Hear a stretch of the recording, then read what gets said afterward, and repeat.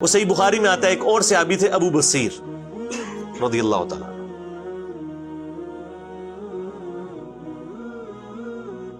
وہ بھاگ کے مسلمان ہو کے مدینہ شریف آ گئے، پیچھے ہی مشرکین عرب بھی آ گئے اور کہا یا رسول اللہ اپنا وعدہ پورا کریں۔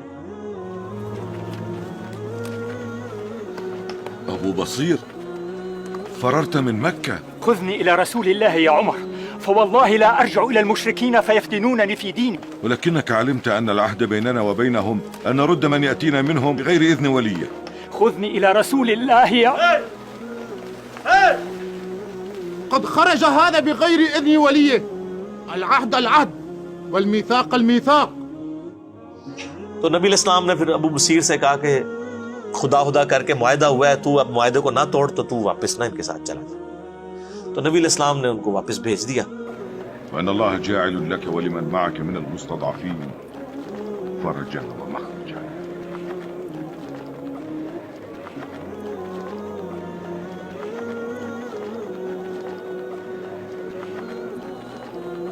اب راستے میں کیا ہوا کہ وہ دو بندے تھے، یہ اکیلا تھا، اور ان بندوں میں سے صحیح بخاری میں آتا ہے ایک بندے کے پاس بڑی خوبصورت سی تلوار تھی، تو وہ تلوار کی اپنی تعریف کر رہا تھا کہ دیکھو یہ کتنی خوبصورت تلوار ہے، اس کا دستہ کتنا پیارا ہے، اور یہ جس کا عورتوں کو بھی عادت ہوتی ہے نا اپنی چیزوں کی تعریف کرنے کی۔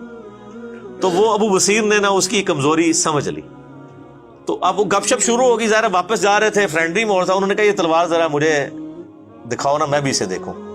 وہ تلوار پکڑی، اس کو قتل کیا گھوڑا لے کے، تو نبی علیہ السلام کے پاس آ گئے۔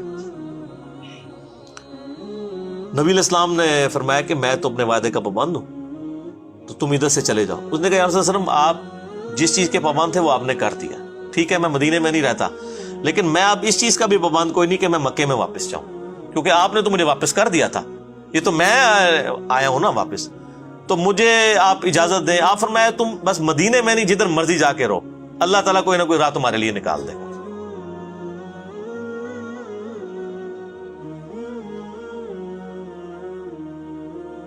تو وہ سمندر کے کنارے ایک بستی تھی جہاں سے مشرکین عرب کے قافلے جایا کرتے تھے تجارت کے لیے شام، وہاں انہوں نے پڑاؤ ڈال لیا اکیلے بندے نے، اور منزل انہوں نے عمر سیریز میں فلمایا ہے۔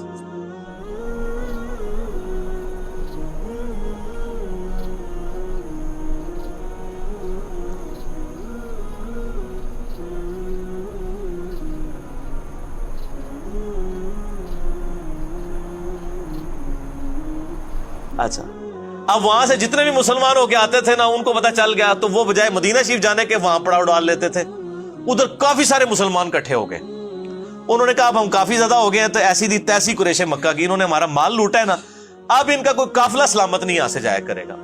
تو انہوں نے کیا کیا، وہ قافلہ ان کا تجارت کا جب گزر رہا تھا، انہوں نے پکڑ کے لوٹ لیا سارا مال ان کا، اور ان کو واپس بھیج دیا، اور کہا جی ادھر جا کے خبر دے دو کہ آندھا کے بعد بھوکے مرو گے تم، اب تمہارا کوئی قافلہ ادھر محفوظ ہی ہے۔ وہاں پھر انہوں نے میٹنگ کی آپس میں کہ یار کیا کریں، یا تو ہم کوئی لشکر کشی کریں ان کے اوپر، لیکن لشکر کشی کیسے کریں، وہ تو خانہ بدوش تھے، کبھی کہیں پڑاؤ ڈالتے تھے کبھی کہیں پڑاؤ ڈالتے تھے۔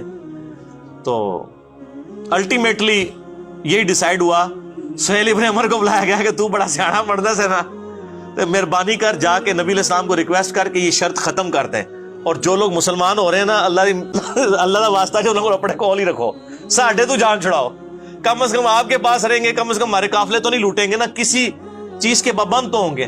پھر وہ واپس آئے اور انہوں نے آ کے ریکویسٹ کی، اور نبی علیہ السلام کی شرافت تھی، آپ نے قبول کر لی، آپ فرمایا چلو ٹھیک ہے۔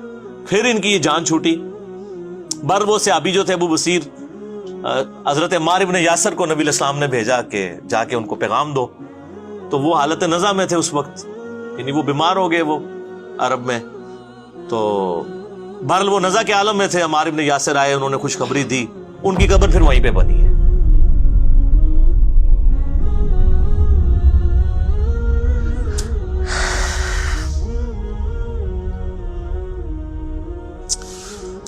ان لوگوں کے نام بھی آج لوگوں کو نہیں پتا کہ جن لوگوں نے اسلام کے لیے شروع میں کیا قربانیاں کی ہیں۔ ابو بصیر رضی اللہ تعالیٰ عنہ، دروشی پڑھیں، اللہم صلی علی محمد وعلی آلہ وصحبہ۔